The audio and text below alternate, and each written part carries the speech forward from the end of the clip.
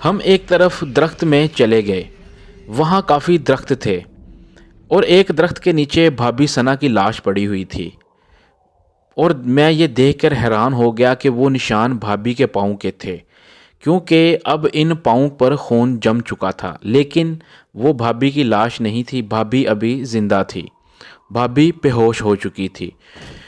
Inspector صاحب نے گاڑی والے کو کال کی، وہ قبرستان کے پاس گاڑی لے آیا اور ہم بھابھی کو اٹھا کر قبرستان سے باہر آ گئے۔ گاڑی وہاں پہلے سے ہی موجود تھی اور اس کو ہسپتال لے گئی۔ بھابھی کافی دیر سے بے ہوش تھی اور وہ بتا سکتی تھی کہ اکبر کا قاتل کون ہے اور وہ قبرستان میں کیسے آئی۔ میں اکبر کے کفن دفن میں مصروف تھا۔ اکبر کا بھائی اور والد بھی گاؤں سے آئے تھے۔ اکبر کا بڑا بھائی اکرم بہت پریشان تھا کیونکہ وہ اپنے بھائی سے بہت پیار کرتا تھا۔ والد کا بھی بہت برا حال تھا، وہ تو اکبر کی ضد کے پیچھے خاموش تھے۔ اکبر ہی ضد کر کے شہر آیا تھا اور بینک میں ملازم ہو گیا تھا۔ شادی بھی اسی نے اپنی پسند سے کی تھی۔ ثنا بھابھی پر بھی شک کر رہے تھے، طرح طرح کی باتیں کر رہے تھے۔ شادی کو تو کچھ دن ہی ہوئے تھے اور ابھی تک اکبر کی چھٹی بھی نہیں ختم ہوئی تھی، تو ثنا بھابھی پر شک کس طرح کیا جا سکتا ہے؟ کیونکہ جب تک آپ کسی سے ملتے جلتے نہیں، آپ کو کیسے معلوم ہوگا کہ وہ کون ہے اور اس کی طبیعت کیسی ہے؟ آج اس واقعے کو 3 دن ہو گئے۔ بھابھی ابھی تک بے ہوش تھیں اور قاتل کا کوئی سراغ نہیں مل رہا تھا۔ میں بینک سے واپسی پر ہسپتال کا چکر لگاتا تھا۔ اکرم بھائی اور اکبر کی والدہ صاحبہ ہسپتال میں ہی تھے۔ ان کو پتہ تھا کہ بھابھی وہی ذریعہ ہے جس کے ذریعے ہم قاتل تک پہنچ سکتے ہیں۔ پولیس کے 2 آدمی ہر وقت ڈیوٹی پر ہوتے تھے۔ ہمیشہ کی طرح میں فارغ ہو کر تھانے گیا تو میری ملاقات انسپیکٹر سے ہو گئی۔ خان میرا کلاس فیلو تھا اور ہماری بہت اچھی دوستی بھی تھی۔ میں نے سارا واقعہ خان کو بتایا۔ انسپیکٹر خان کسی گہری سوچ میں ڈوب گیا۔ کافی دیر کے بعد بولا، اس قسم کے 2-3 کیس پہلے بھی ہوئے ہیں۔ کیا مطلب؟ کیسے کیس؟ اکیلا گھر آبادی سے دور رہتا تھا، یعنی کم آبادی والا علاقہ تھا، اور اس کے گھر میں صرف وہ پہلے اکیلا ہی رہتا تھا اور پھر شادی بھی اچانک اور انجان لڑکی سے کی۔ یہ بات تو ٹھیک ہے، لیکن ثنا بھابھی تو بہت اچھی ہیں، کافی خدمت کرتی تھیں اکبر کی۔ اچھا، تو وہ کہاں ہے؟ کیا زندہ ہے؟ ہاں، وہ زندہ ہے اور ہسپتال میں داخل ہے اور بے ہوش ہے۔ چلو سفیر، ہسپتال چلتے ہیں، وہاں پر ہی بات واضح ہوگی۔ جب ہم وہاں پہنچے تو اکرم بھائی وہاں پر موجود تھے۔ اکرم بھائی، بھابھی کو ہوش آیا؟ میں نے پوچھا۔ نہیں، ابھی تک بے ہوش ہے، ٹیسٹ ہو رہا ہے اور وہ اندر تھیٹر روم میں ہے۔ جب باہر انتظار کرنے لگے تو کچھ دیر میں ڈاکٹر صاحبان آئے تو خان نے پوچھا، ڈاکٹر صاحب اب مریضہ کیسی ہے اور ہوش کب تک آ جائے گا؟ وہ خطرے سے باہر ہے، ہوش بھی جلدی آ جائے گا۔ کیا ہم دیکھ سکتے ہیں اس کو؟ ہاں، کیوں نہیں؟ اس کو کمرے میں شفٹ کر دیا گیا ہے۔ ہم تینوں کمرے میں آئے تو میں نے دیکھا کہ خان بھابھی کو غور سے دیکھ رہا تھا۔ یہ ثنا بھابھی ہے، اکرم نے کہا۔ اس کو جانتے ہو؟ انسپیکٹر خان نے مجھ سے پوچھا۔ آؤ میرے ساتھ۔ ہم دونوں باہر آئے اور ایک طرف ہو کر کھڑے ہو گئے تو خان نے بتایا، سفیر، یہ ثنا لڑکی ہے جو ہمیں مل نہیں رہی تھی، کیونکہ ہر قتل ہونے والے دلہا کے ساتھ ہمیں اس کی تصویر ملی ہے، لیکن یہ ہمیں مل نہیں رہی تھی۔ یہ کیا کہہ رہے ہو؟ کیا ثنا بھابھی قاتل ہیں؟ میں یہ نہیں کہہ سکتا، لیکن شک اس پر ہی جا رہا ہے۔ میں تمہیں ثبوت دے سکتا ہوں۔ ہر متقل کی شادی سے پہلے جو تصویر لی جاتی ہے وہ کم سے کم شادی کے بعد ہفتے بعد ملتی ہیں، اور جب تک یہ لڑکی اپنا کام کر کے غائب نہیں ہو جاتی تھی، لیکن یہ اب کے بار کس طرح سے پکڑی گئی کچھ سمجھ نہیں آ رہا۔ وہ اصل میں اکبر نے قتل ہونے سے پہلے ہی مجھ سے بات کی تھی، تو میں فوراً نکل پڑا تھا۔ 5-10 منٹ میں اس کے گھر پہنچ گیا تو شاید یہ اس وقت اپنا کام کر کے نکلی ہوگی۔ میں نے اس کا پیچھا کیا، مجھے یہ معلوم نہیں تھا کہ میں کس کے پیچھے جا رہا ہوں، تو وہ خون کے نشانوں کا پیچھا کر رہا تھا۔ انسپیکٹر خان نے پولیس اسٹیشن فون کیا کہ 2 لیڈیز آئیں۔ میں نے خان سے کہا، اگر یہ چکر ہے تو ہمیں کسی دم درود والے سے رابطہ کرنا چاہیے۔ ہاں سفیر، تم نے ٹھیک کہا، میرا ایک جاننے والا بزرگ ہے، وہ علم کرتے ہیں، میں ان سے بات کرتا ہوں۔ جلد ہی وہ دو لیڈیز پولیس والی آ گئیں، ہم دونوں اس بزرگ کے پاس چلے گئے۔ بزرگ کا نام پیر بابا شاہ منور تھا، وہ بہت نیک بزرگ تھے، ان کے آستانے میں ہر وقت ہجوم ہوتا تھا، ہر وقت کوئی نہ کوئی آپ کی خدمت میں موجود ہوتا تھا۔ خیر، ہم نے پہلے ہی کال کر لی تھی، اس لیے وہ ہمارے منتظر تھے۔ میں نے انسپکٹر صاحب نے ساری بات حقیقت پیر بابا کو بتا دی۔ پیر بابا نے آنکھیں بند کر لیں اور وہ عمل منہ میں پڑ رہے تھے۔ اچھا، تو آپ لوگ اب کیا چاہتے ہو؟ لڑکی کی حقیقت یا اس کا خاتمہ کرنا چاہتے ہو یا پھر کوئی سخت سزا دینا چاہتے ہو؟ پیر بابا، آپ ہمیں پہلے تو یہ بتائیں کہ وہ کون ہے اور ایسا کیوں کر رہی ہے؟ وہ مکمل انسان نہیں ہے اور نہ ہی مکمل چڑیل ہے، وہ ایک انسان اور چڑیل کا ملاپ ہے، اور انسان اور چڑیل کے ملاپ سے ہی پیدا ہوئی ہے، یعنی چڑیل کی بیٹی ہے۔ اس کا انسان باپ اس کو چھوڑ کر چلا گیا تھا، جس کو اس کی چڑیل ماں نے مار دیا تھا، اور اس کی ماں چڑیل ایک ہندو نے چلا کاٹ کر اپنی قید میں کر لیا تھا، تو اس کی پرورش انسانوں میں ہوئی تھی۔ اس کے چچا نے اس کو پالا تھا۔ چچا اس کی حقیقت سے نا علم تھا، اس کو بھی ابھی تک اس کے بارے میں نہیں پتا۔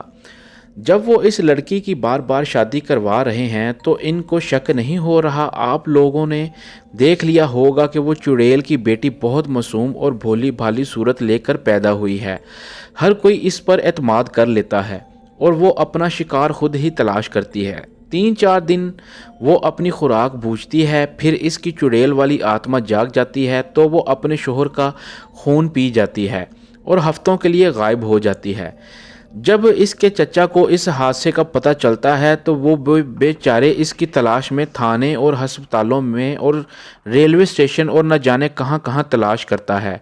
جب وہ ملتی ہے تو ایک کہانی سناتی ہے اور اپنے معصوم چہرے کا فائدہ اٹھا کر کچھ ہفتے گھر میں آرام کرتی ہے اور پھر تازہ دم ہو کر شکار کی تلاش شروع کرتی ہے۔ تو کیا ہر بار چچا اس کو جہیز دیتا ہے؟ لیکن پیر بابا، اس بار وہ پکڑی کیسے گئی اور وہ اب تک بے ہوش کیوں ہے؟ میں نے پہلے ہی بتایا تھا کہ وہ چڑیل کی بیٹی ہے، لیکن اس کے اندر انسان کا بھی خون ہے، اس لیے وہ کمزور اور تھکاوٹ بھی محسوس کرتی ہے۔ اس رات جب اپنا شکار کر کے قبرستان کی طرف جا رہی تھی تو اسے نہر بھی پار کرنا پڑی تھی۔ اس کو معلوم ہو گیا تھا کہ کوئی اس کا پیچھا کر رہا ہے، اس لیے جلدی میں وہ اس درخت سے ٹکرا گئی اور بے ہوش ہو گئی، کیونکہ اب اس پر تھکاوٹ طاری ہو گئی تھی۔ اب ہمیں کیا کرنا چاہیے؟ آپ اس کے ساتھ کیا کرنا چاہتے ہیں؟ اس کو زندہ رکھنا چاہتے ہیں، سزا دینا چاہتے ہیں، یا اس کو ختم کرنا چاہتے ہو؟ کیا پیر بابا اس پر گولی اثر کر سکتی ہے؟ ہاں، کرے گی، لیکن یہ ضروری نہیں کہ اس کی موت اس گولی سے واقع ہو جائے۔ اس کو مارنے کے لیے اسی قبرستان میں 3 دل کا چلا کاٹنا ہوگا، جس کے بعد اس چڑیل کی بیٹی میں چڑیل والی طاقت آ جائے گی۔ اس کے بعد آپ جو سزا دینا چاہو وہ اس سزا سے تکلیف اٹھائے گی، اور آئندہ ہو سکتا ہے کہ وہ یہ غلط کام نہ کرے، ہمیشہ کے لیے چھوڑ دے۔ اب چلے کے لیے کوئی آدمی تلاش کرو۔ میں تو پہلے ہی 1 سال والا چلا کاٹ رہا ہوں جو آدھی رات کا ہے، تو پہلے رات کسی پرانی قبر پر بیٹھ کر کرنا ہوگا۔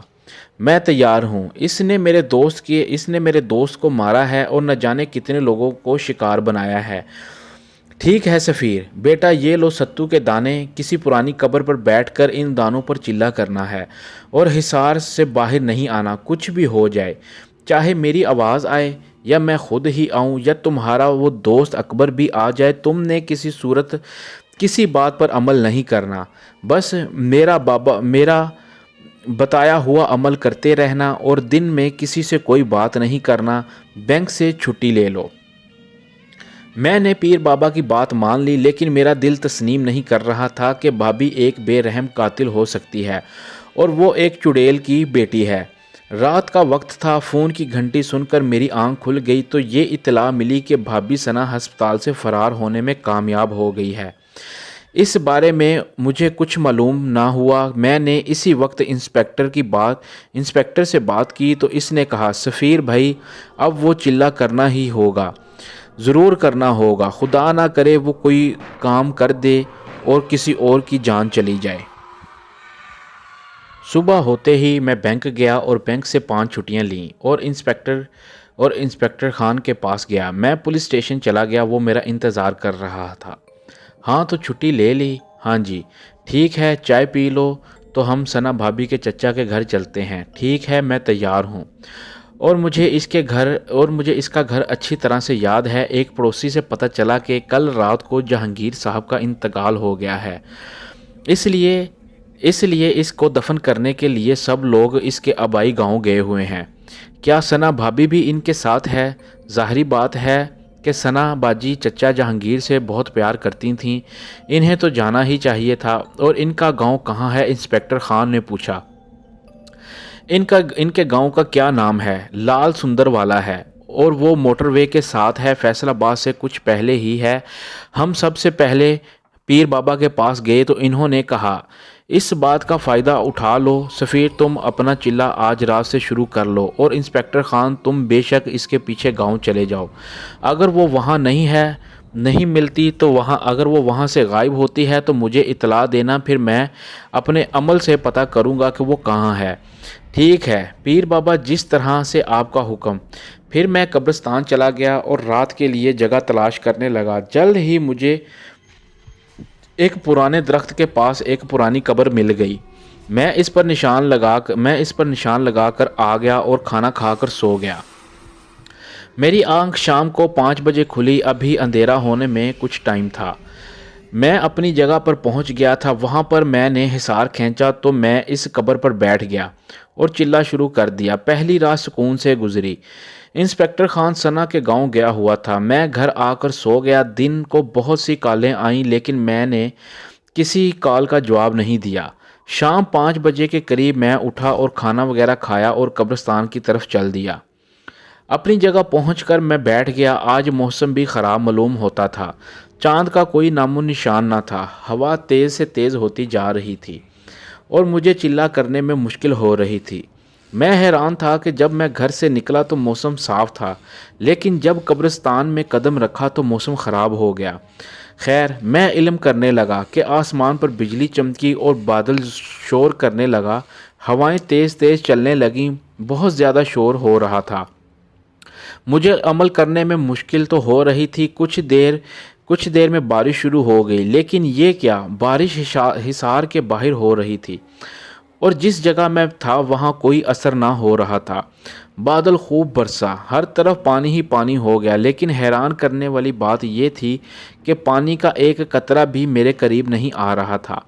موسم اب صاف تھا، چاند نظر آ رہا تھا اور چاندنی ہر چیز کو منور کر رہی تھی۔ بادل کا شور تھم چکا تھا اور اب مکمل خاموشی تھی۔ میں نے اپنا عمل جاری رکھا۔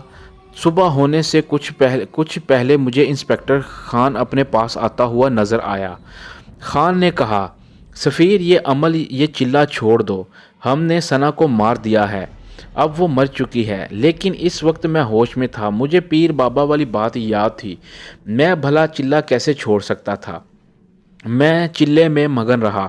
خان نے کہا اٹھ جاؤ میرے دوست، کیوں دیر کر رہے ہو، اپنا ٹائم ضائع کیوں کر رہے ہو، آؤ میرے ساتھ، میرا ہاتھ پکڑو۔ خان نے میری طرف ہاتھ بڑھایا تو اس کے منہ سے چیخ نکل گئی، وہ غائب ہو گیا۔ میں نے خدا کا شکر ادا کیا کہ میں نے کوئی غلط قدم نہیں اٹھایا۔ صبح ہوئی تو میں گھر لوٹ آیا اور کھانا کھا کر سو گیا۔ شام کو اپنے ٹائم پر اٹھا اور میرا اب سخت امتحان ہونے والا تھا اور میں اس کے لیے تیار تھا۔ میں نے آج مغرب کی نماز قبرستان کے پاس ہی ادا کی، کیونکہ پہلے میں گھر میں ادا کر کے جاتا تھا۔ چلہ میں نے اپنے ٹائم پر شروع کر دیا۔ وہ تقریباً آدھی رات کا وقت تھا جب مجھے دور سے کسی کے قدموں کی آہٹ سنائی دی۔ کوئی سفید صاف چادر میں لپٹا ہوا میری طرف آ رہا تھا۔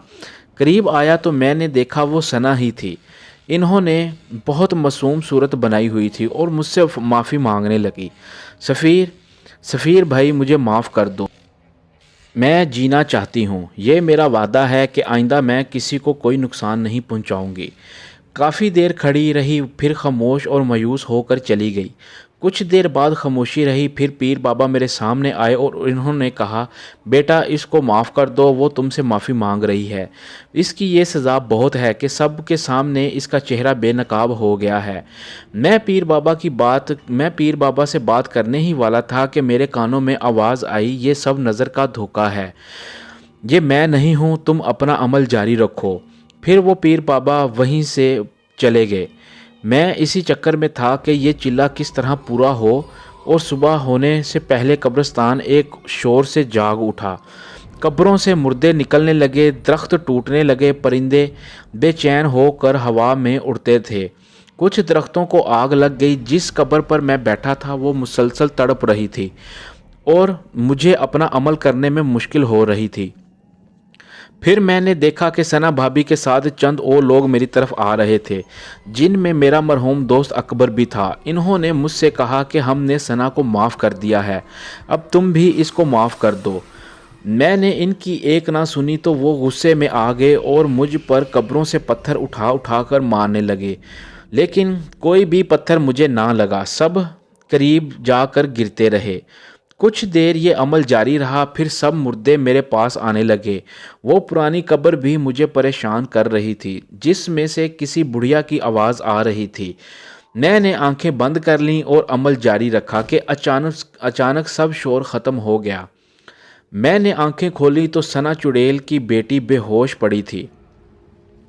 دور سے مجھے انسپکٹر خان آتا ہوا دکھائی دیا۔ اب صبح ہو چکی تھی۔ انسپکٹر خان نے بے ہوش ثنا پر فائر کیا اور اس کو ہمیشہ کی نیند سلا دیا۔ میں حصار سے باہر نکلا۔ ہم نے ثنا کی لاش کو تابوت میں بند کر کے بغیر جنازے اور غسل کے ہی دفن کر دیا، کیونکہ وہ نہ مسلمان تھی اور نہ پوری انسان تھی، وہ تو چڑیل کی بچی تھی۔ مجھے آج بھی اکبر کی یاد آتی ہے۔ اس واقعے کو 10 سال ہو گئے اور میرے اس کام کو انجام تک پہنچانے کے لیے انسپکٹر خان نے میری بہت مدد کی تھی۔ تو ناظرین، یہ تھا آج کا واقعہ۔ دوستو، واقعہ پسند آیا ہو تو کمنٹس کر کے لازمی بتائیے گا۔ اللہ آپ کے تمام گھر والوں کو ہمیشہ خوش و خرم رکھے، آمین ثم آمین یا رب العالمین۔ مزید اچھی ویڈیوز دیکھنے کے لیے ہمارے چینل رائل ناولز کو لائک کریں، سبسکرائب کریں اور شیئر کریں، اور بیل آئیکن پر کلک کرنا نہ بھولیے۔ اگر کسی کے ساتھ کوئی واقعہ پیش آیا ہو تو نیچے دیے گئے ڈسکرپشن میں ہمارا ای میل ہے، وہ اپنا واقعہ وائس نوٹ میں ہمیں میل کرے، ہم اس کا واقعہ اگلے دن اپنے ویڈیو میں نشر کریں گے۔ شکریہ۔